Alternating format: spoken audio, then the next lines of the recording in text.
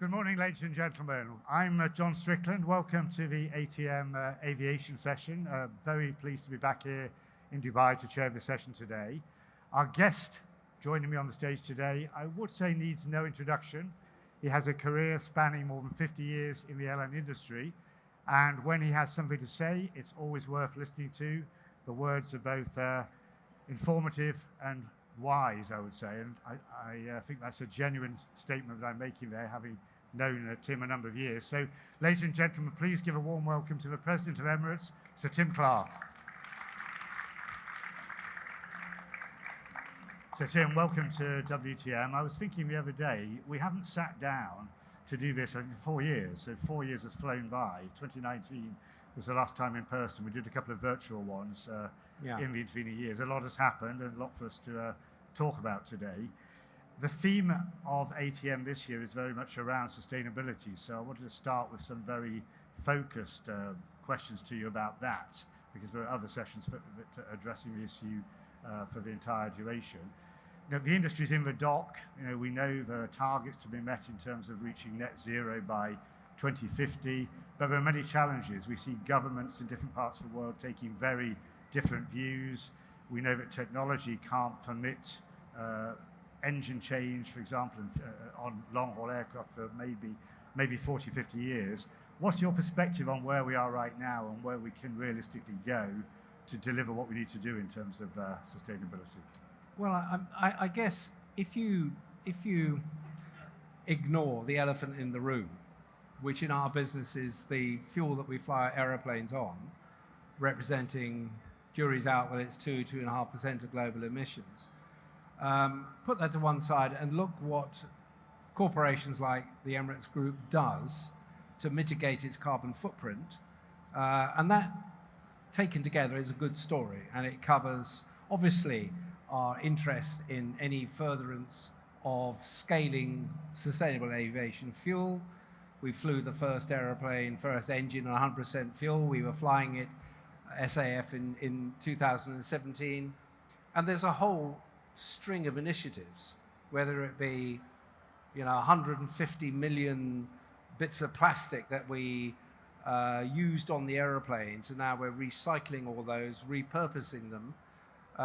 So whether it be service delivery on the ground, whether Donata is doing electrification of its ramp, the way we tick the boxes with regard to green financing and the supply chain, making sure that as far as we can, we pass muster in the areas that we can actually do something. It's very difficult to assume that a 380 will fly from Dubai to Los Angeles on sustainable aviation fuel in the short term. That's not likely to happen simply because we can't scale at that pace. And the cost of doing it, and the people have got to invest, or the entities have got to invest in scaling sustainable aviation fuel on the basis of biomass, or whatever else it may be. The real trick is to create power other than sustainable wind and solar, etc., probably through nuclear. And nuclear power will give the ability to create the synthetic fuels that take you away from fossil and whatever else. But when's that going to happen? Sometime out in the future. So we're doing the best we can. It's a good story. We've certainly got to grips with it over the last 5-7 years, trying to sort the way we go about our processes and our practices, making sure that it tick the box as far as the environmental footprint is concerned. And are you optimistic, Tim, that we can deliver the volume of fuel that's going to be needed, SAF fuel, however that is defined, to supply, particularly long-haul fleets in the years ahead? Because we're at tiny levels currently, and we seem to have an approach where the US seems to be actively incentivizing production and looking at the price as well. In Europe, there's more stick than carrot in terms of you must deliver this by X time, but we're not going to help you particularly to do it. Well, it's a very good question. The whole business about scaling, as I keep going on about sustainable fuel, aviation fuel, or other sources of fuel, is incredibly vexing, simply because we can do it. We have the technology to do it. We don't have the money at the moment. I say that globally, the funding is not there to industrialize and operationalize the production of sustainable aviation fuel, not just for our sector. Remember, aviation prior to the pandemic burned 550 million tons of aviation fuel a year. If you extrapolate that on a linear basis until 2030, 2032, given what we have seen post-pandemic, you're talking about 700 million tons. If you can get 10% of that, it's 70 million tons. Well, hey, that's really not going anywhere. But to get the 70 million tons, you need an awful lot of money and an awful lot of repurposing refineries, old and new, to produce this. But then don't forget, in the part of the crack spread that the JP1 fuel comes from, it's the bottom end of the crack. So you've got high octane petrol for cars at one end and all the rubbish at the bottom, paraffin, diesel oil, oil for central heating. And of course in that is aviation fuel. So there's an opportunity cost element here, because there are going to be some suppliers who say, well, we want that SAF fuel for central heating for those that remain and are not on electric or whatever. So it's not going to be an easy, I can't actually get there in terms of the calculus in all of this without seeing probably $50 trillion going into the global economy to set out a meaningful target to decarbonize. So we've just got to work at it, try and carbon capture, try and work on the technology, and I know many entities are doing it, to find a way to introduce synthetic fuels into the likes of us. But don't forget, at 2%, when you think automotive was 18%, utilities and power, 45, 50%, the real problem children are in those areas, and yet they've gone after those, whether it be nuclear, whether it be wind, whether it be solar, whether it be hydro, etc., in the power and utilities. And the automotive industry has embraced battery power in an enormous way, but that's not without its difficulties. You've got to get the minerals for the batteries, and they're in short supply. So, but we are really making inroads into what I call the major culprits in the carbon footprint side of things.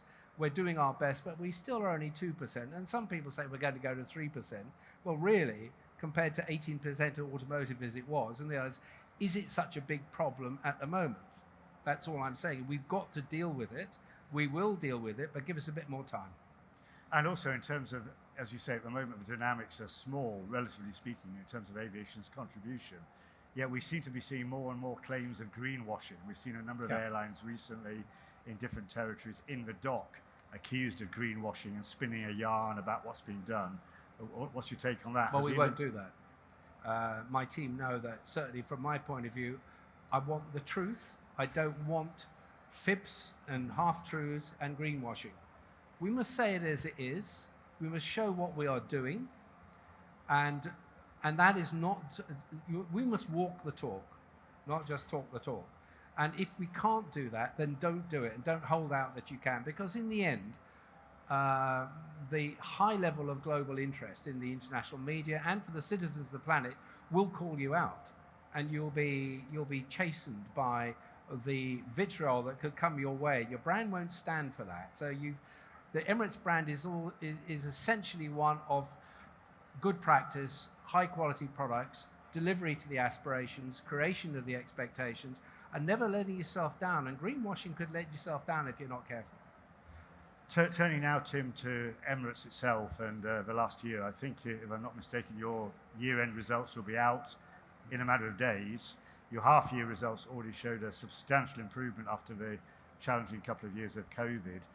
Give us a flavour of how the last year has been. I mean, every airline I've seen reporting has been producing stunning figures, many back to profitability, yields higher than probably you and I have ever seen in the last 40 years, and the performance going forward looks strong. I think the industry has benefited from, surprisingly, the change in the trading conditions internationally and domestically since the pandemic was ended. I like to think that, and I've said that many times in the last few years, that we didn't build Emirates over 35, 36 years to have it stopped by an influenza bug.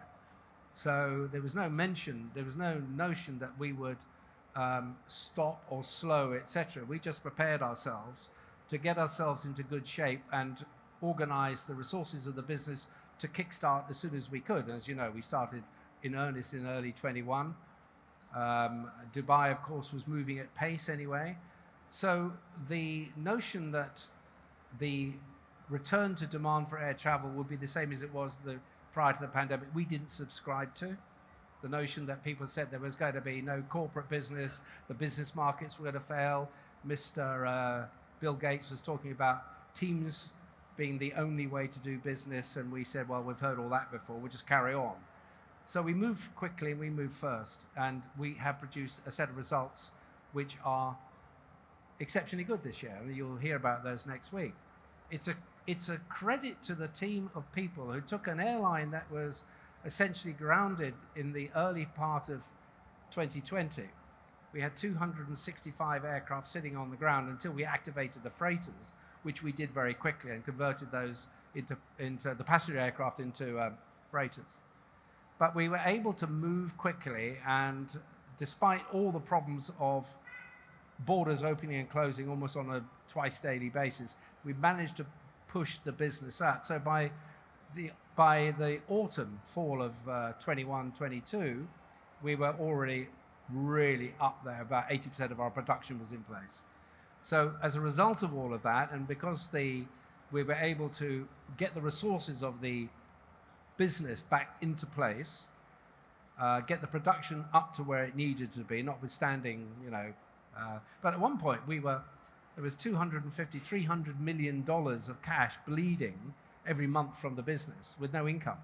Absolutely amazing. So, for people like me, I'd never seen that before, and there was no way I was going to sit there and say, well, that's going to be the norm from now on. We have to do something about this, and so we did. And we stabilized the cash position by the middle of 21, and it started to grow very rapidly after that. So actually, it's quite a good story. I think the airline industry were late to realize, but then moved quickly themselves, the rest of them, and have done better than they thought they would do. Some of the airports, of course, as we know, didn't and wouldn't accept that this was anything other than a paradigm change in demand for travel and their services that they offered. But now they learn. I remember talking with you before in your belief that premium traffic would come back, and whether it was corporate or not would be this strand of leisure travel which we're seeing. I admit myself to be more cautious, thinking, well, has Tim really called this one right this time? And lo and behold, you did. It's quite stunning, that recovery. Are all markets back now other than China? And do you feel China itself is going to come back this year, or is that still a bit more uncertain because of the whole political outlook there about lockdowns internally? Yes, I think China was the last holdout. Mm-hmm. We're back in there very, very. We're not quite to where we used to be, which was 5 380s a day going into China, but we're getting there pretty rapidly. The network has 133 points in existence today. Montreal starts on the 1st of July. So we haven't got places like Santiago, Edinburgh, Adelaide, Porto in Portugal in place yet, but we've still got issues. We're trying to get the remains of the 380s, the remains of the fleet of the 380s back into the air, because they've been on the ground for so long. We've had to do a lot of engineering remediation to get them flying again. How many are actually flying now, Tim? Is it over 100?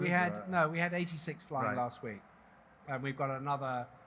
We probably need to get another 20 or 30 in the air as soon as we can. But you've heard about supply chain, you've heard about parts, you've heard about all the bits and pieces that goes in, but we'll get there.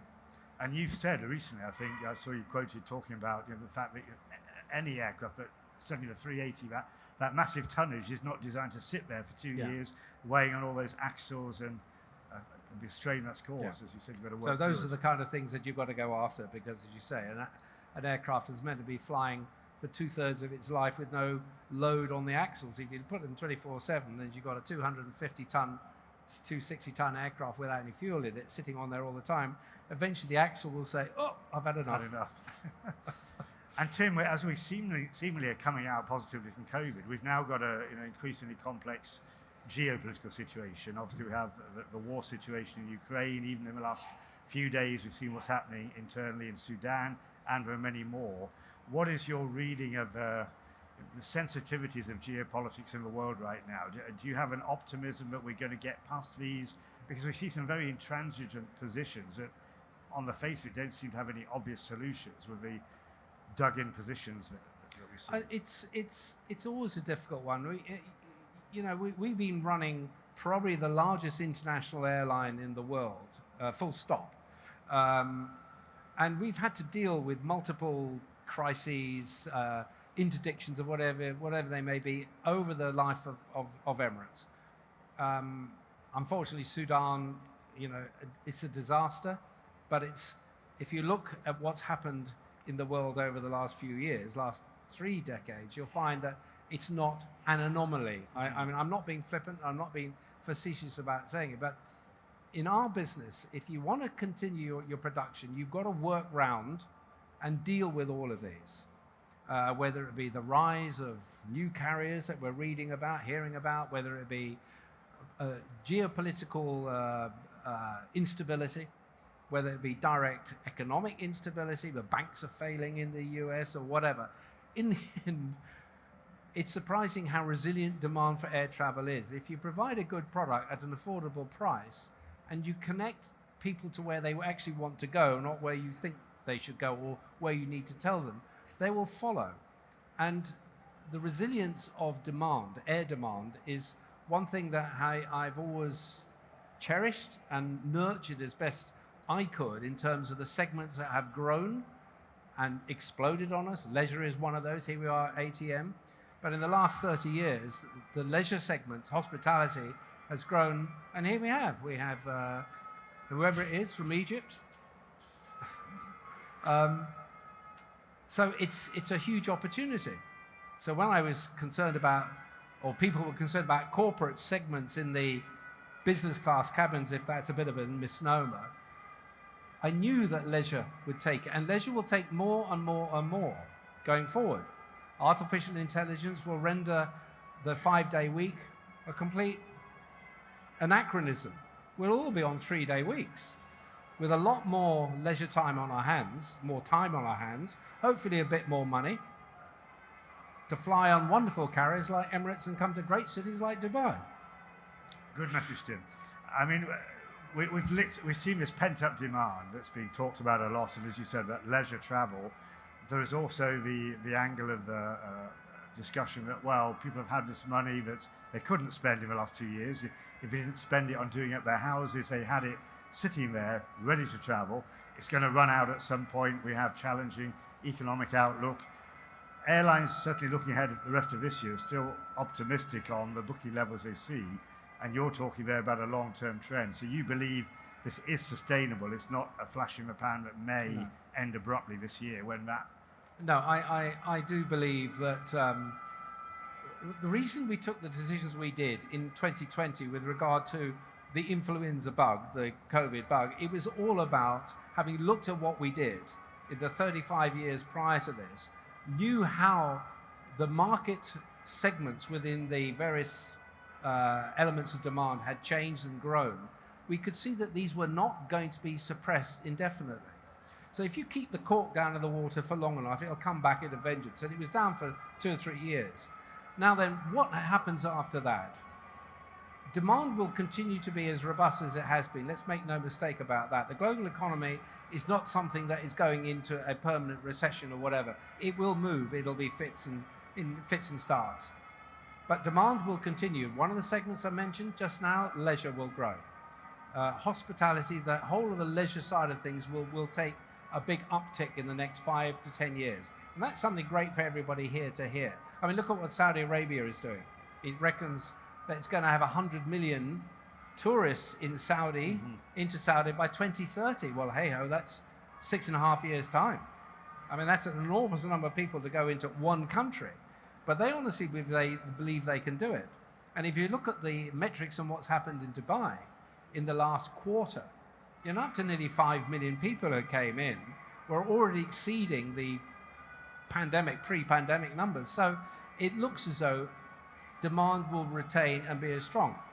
Biggest issue probably is environmental and carbon footprint. We've got to do better than that because more and more people want to travel, more and more people will travel. There is, despite large orders going out with some of the airlines today, there still is insufficient capacity to meet the demand as it stands today, and I think will be still there in 5 years' time. So as supply is restricted and demand is restricted, and as demand increases, prices will stay firm. Well, you touched there, Tim, on Saudi Arabia and some of these orders. We've seen a string of enormous orders. You described the ambition of Saudi Arabia to reinvent itself as a country, no longer relying on oil, tourism beyond religious tourism, the massive order of a new airline, Riyadh Air.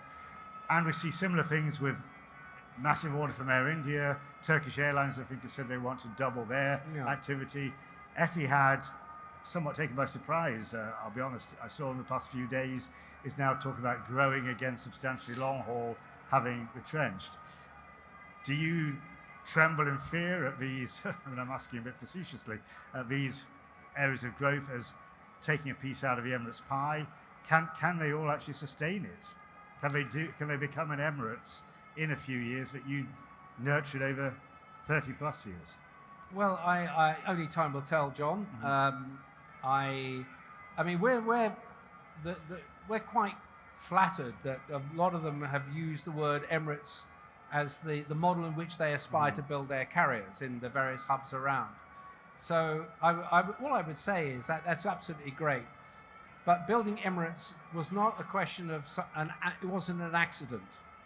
We had to build this with a laser focus on the construct of the major elements of the business, and having the right people in and retaining their focus and not getting offsided by anything other than getting the job done. The business model essentially is a good one. It works well. We didn't move away from it. If they are going to try and emulate that, that's good because we know it works. But the trick is you've got to make money at the same time. And many of these carriers that we're hearing about could face the wrath of fair competition rules. For instance, the European Union. The Europeans don't like large billions being thrown at carriers for them to compete in their markets. They will call that unfair. So they've got to be careful about how they go about it. The trick is to get a group of people who know what they're doing, will deliver the entity that you want, and they'll deliver it in a profitable manner with little or no state intervention at all. And I haven't seen too much of that in terms of clear profitability and transparency. But the pressure will be on. Whoever wants to get into this game, their transparency is going to have to be there. Otherwise, they might find more difficulty in accessing the markets that they want to do.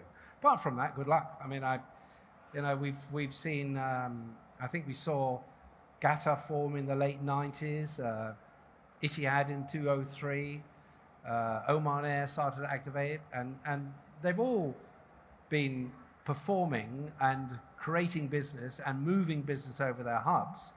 We had this question many years ago, back in the 90s or the early part of 2000. People asked the same question. Well, they're all still here, and they're all doing fairly well. So I believe that in case of the Saudi airlines, of which there are now going to be three, Riyadh, Neom, and Saudi Air, this is going to be very interesting to watch how this goes on, because Riyadh has been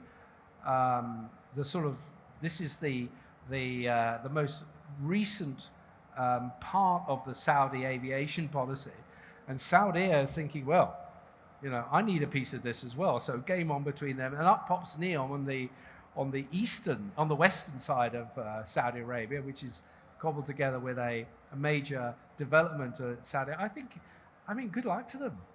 If they're going to spend trillions of dollars, it's great for the area. It's great for the aviation industry. And good luck to them as far as I'm concerned. Does that affect us? No, I don't believe so. I think if Emirates continues to do what it's always done well, not drop its standards, keep that laser focus on the model and the brand, continue to innovate, change out, then as long as it's good, people will use you. It's like a good restaurant. You'll go back there time and time again if the food is good, the service is good, the ambience is good, and it's good value for money.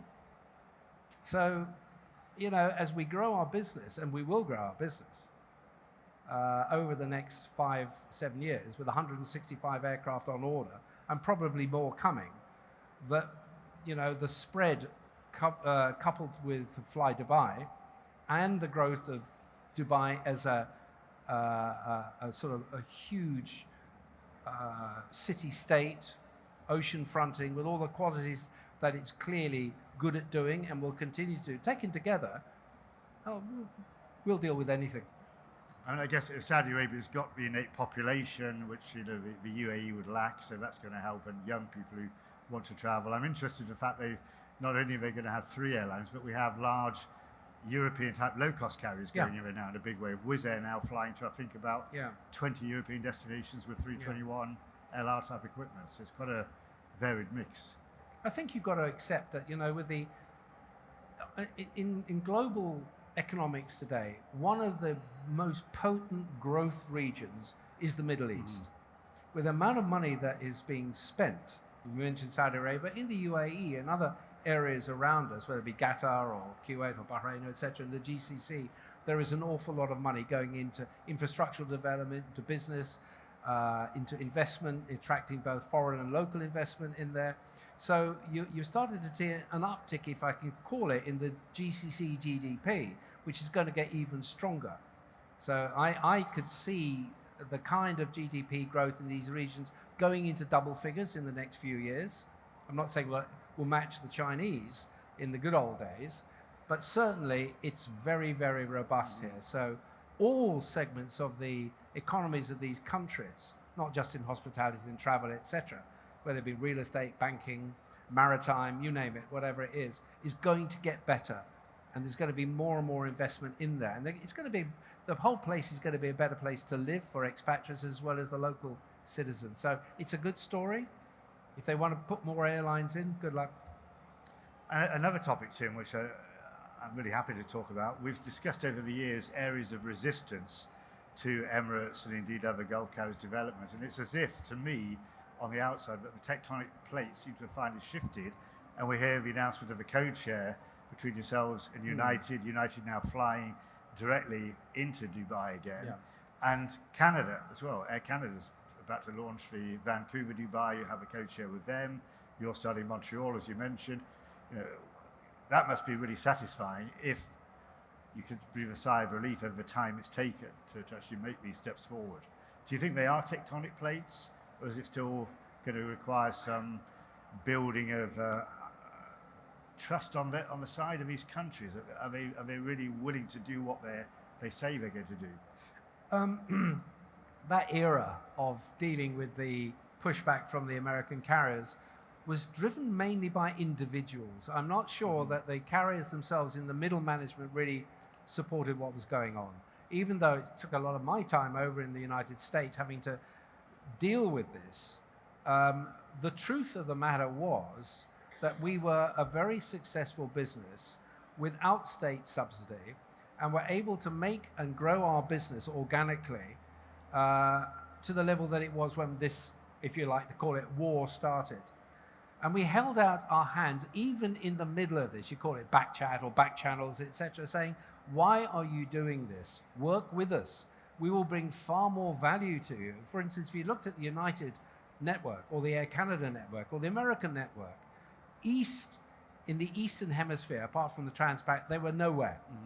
And yet the evidence was clear that the Americas continents were drawing vast amounts of business from the very areas that we flew, and we could feed their networks. But of course, they'd already gone past the point of no return with regard to how they'd got the White House involved, Congress, the Senate, etc.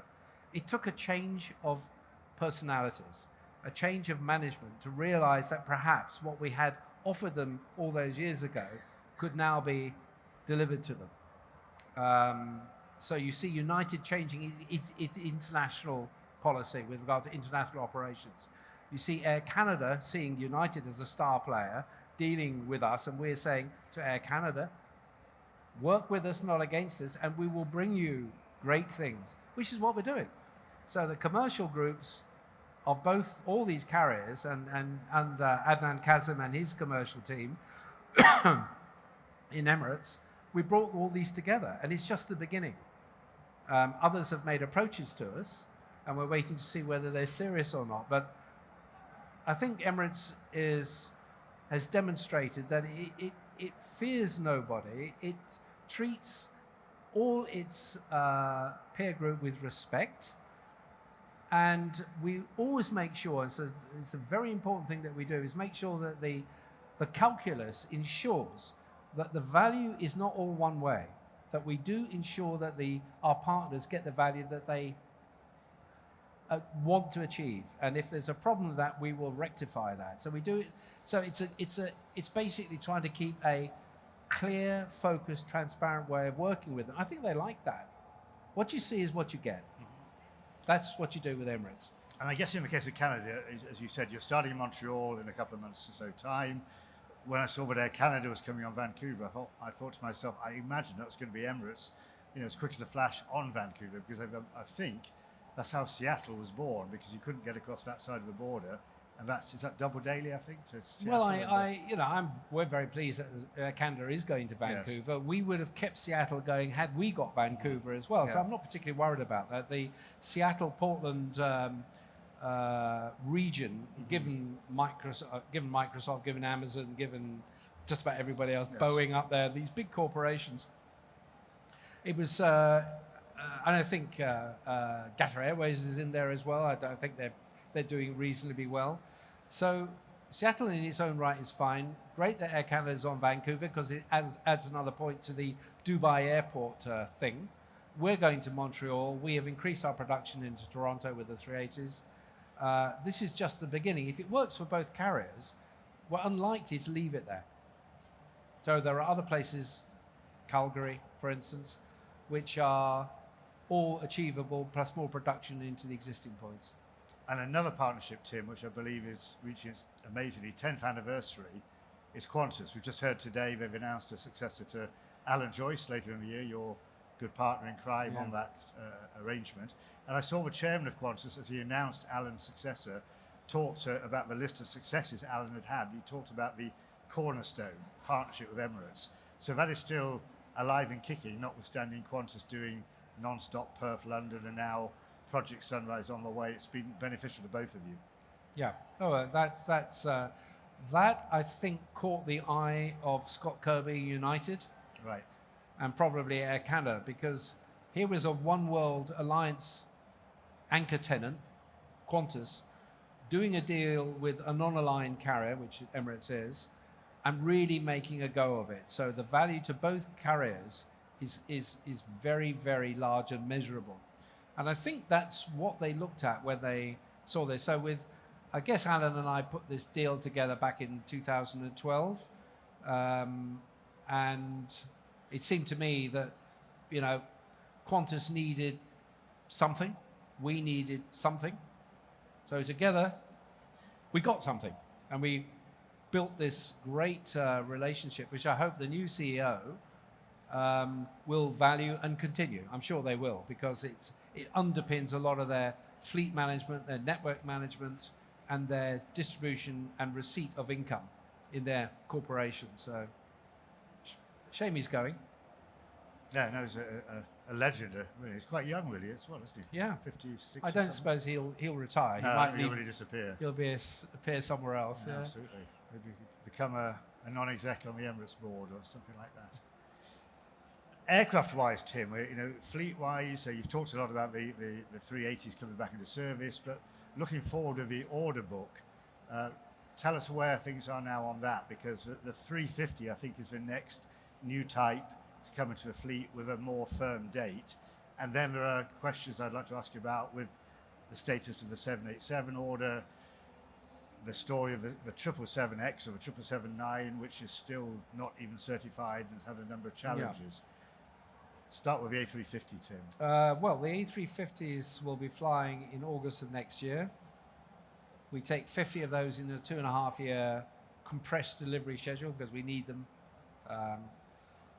as quickly as possible. The 777-9 program will probably providing it meets the certification timelines. And when the TIA is due in November, that's already a year later than they thought.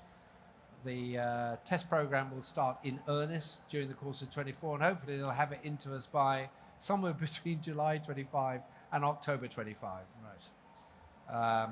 But of course, we've been dealing with that by retaining the old 777s, refurbishing them.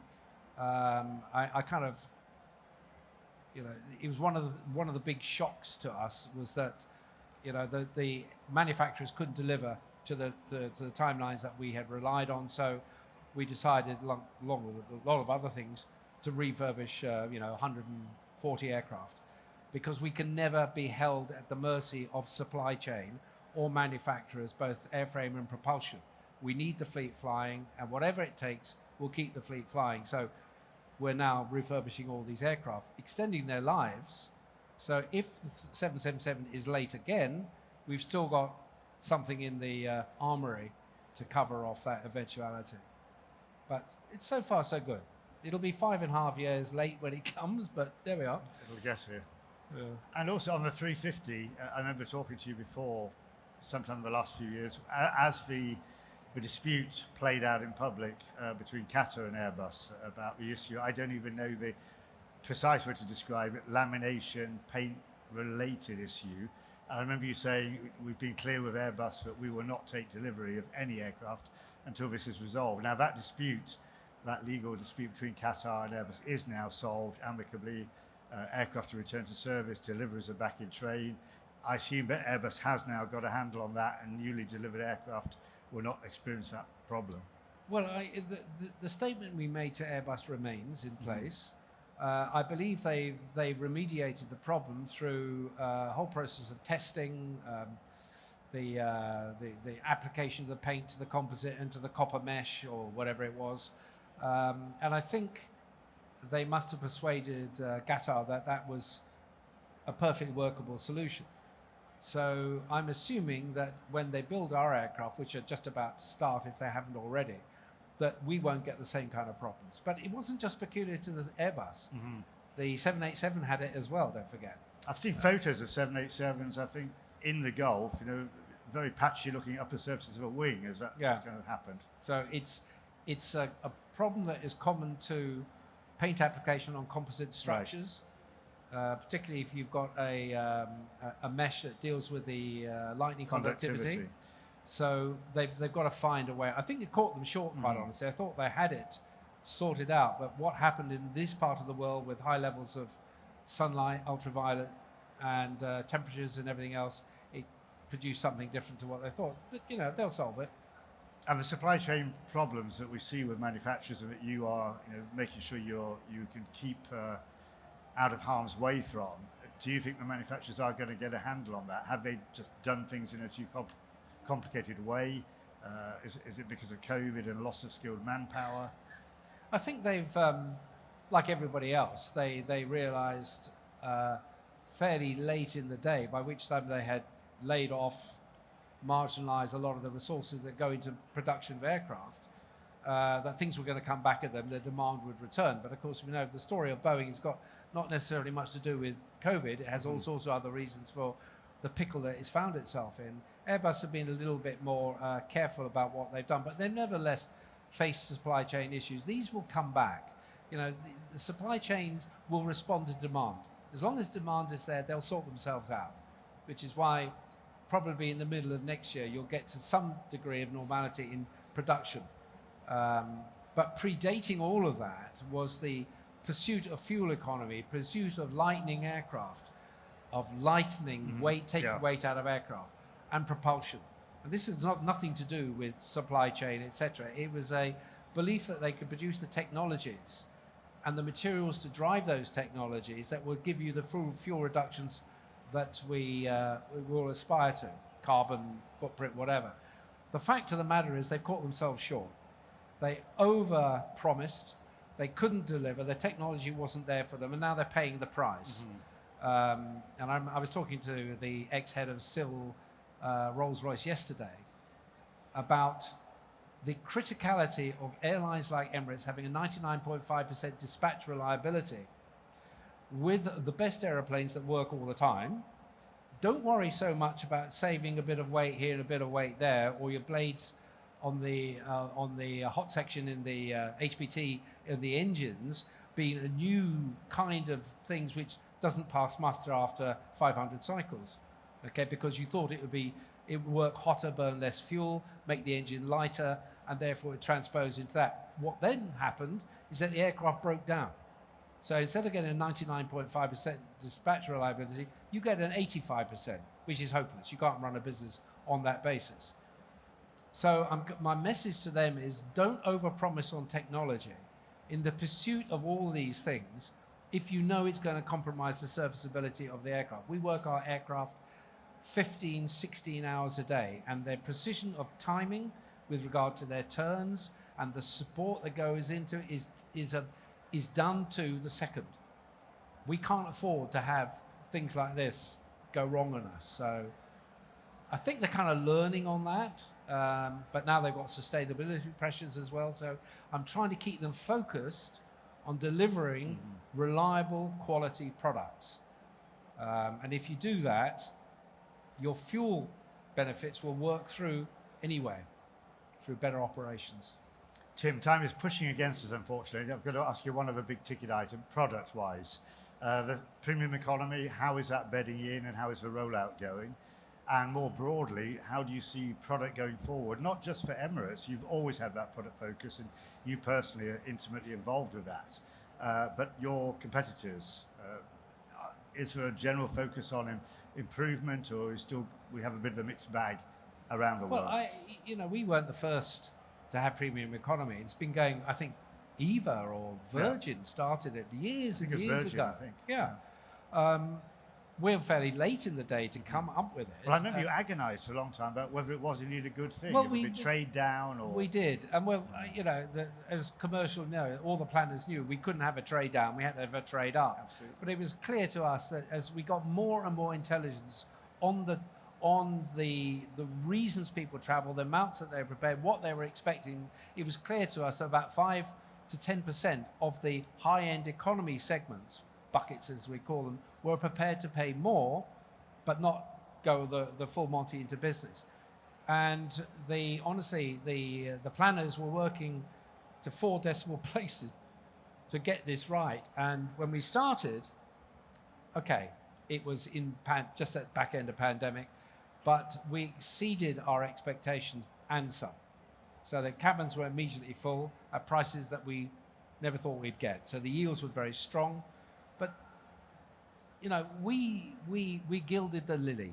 I made sure that the wines were the best business class lines we could put on. We upgraded the food that we could have. We gave 3 cabin crew into the cabin.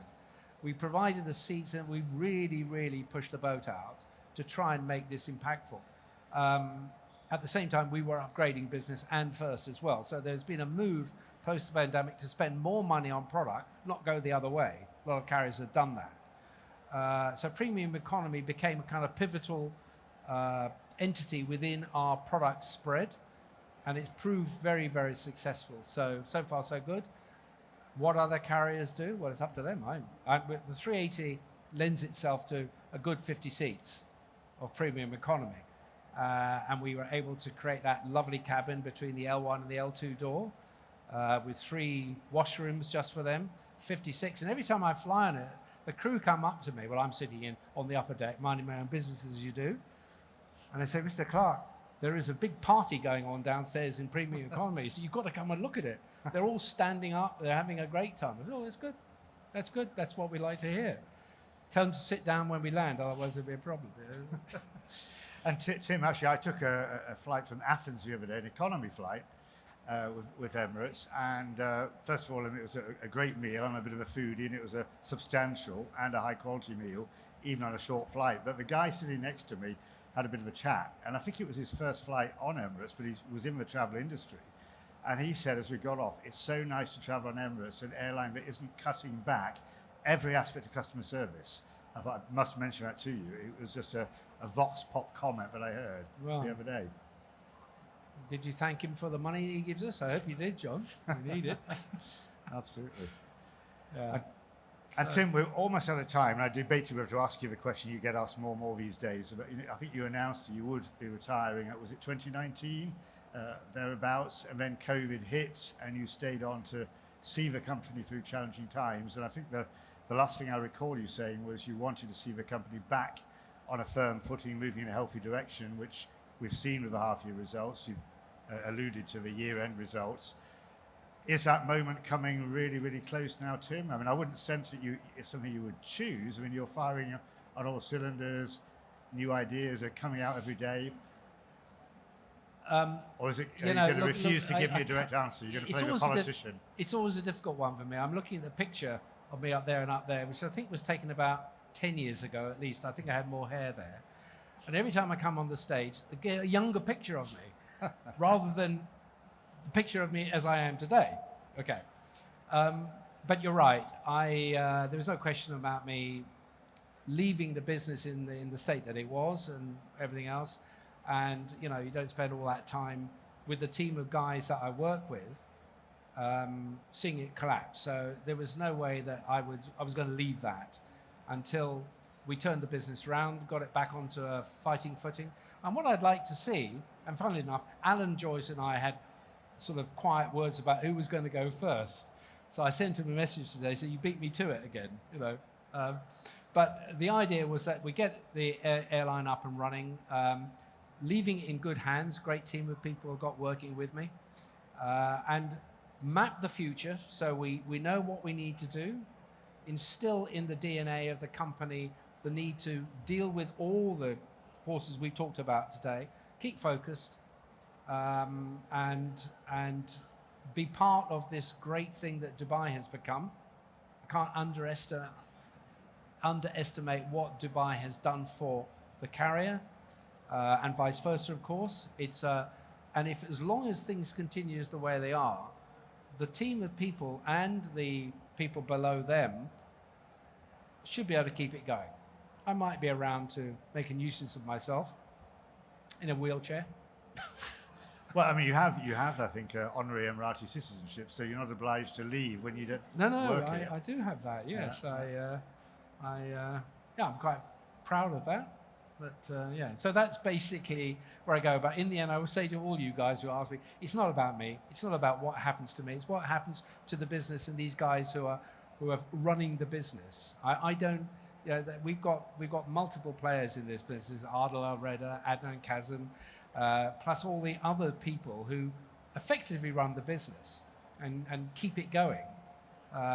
So I have every confidence that in their hands and what we've learned and instilled in the way we go about our business will continue. Well, Tim, we are out of time, but I was just going to let you know, we were chatting before we started. I told you I have a small group of young mentees, the Gen Z, the mid-20s, future leaders of aviation. One of them said to me, you were a role model. Another one said you were the Alex Ferguson of the airline industry. Oh, so on that, thank you for that positive note, Tim, thank you very much for the conversation today. I've enjoyed every moment of it. I hope the audience too has enjoyed what they've heard. Okay. And we look forward to the results next week. So Sir Tim Clark, President of Emirates, thank you very much indeed. Thank you. Okay. Thanks, Tim. Right. I'd like to just hand over now, as we exit the stage, to my good friend and colleague, Shasham Nigam. He's going to chair the next session, looking at the very important issue we just touched on of sustainability. Shashank, the floor is yours. Thanks, Tim.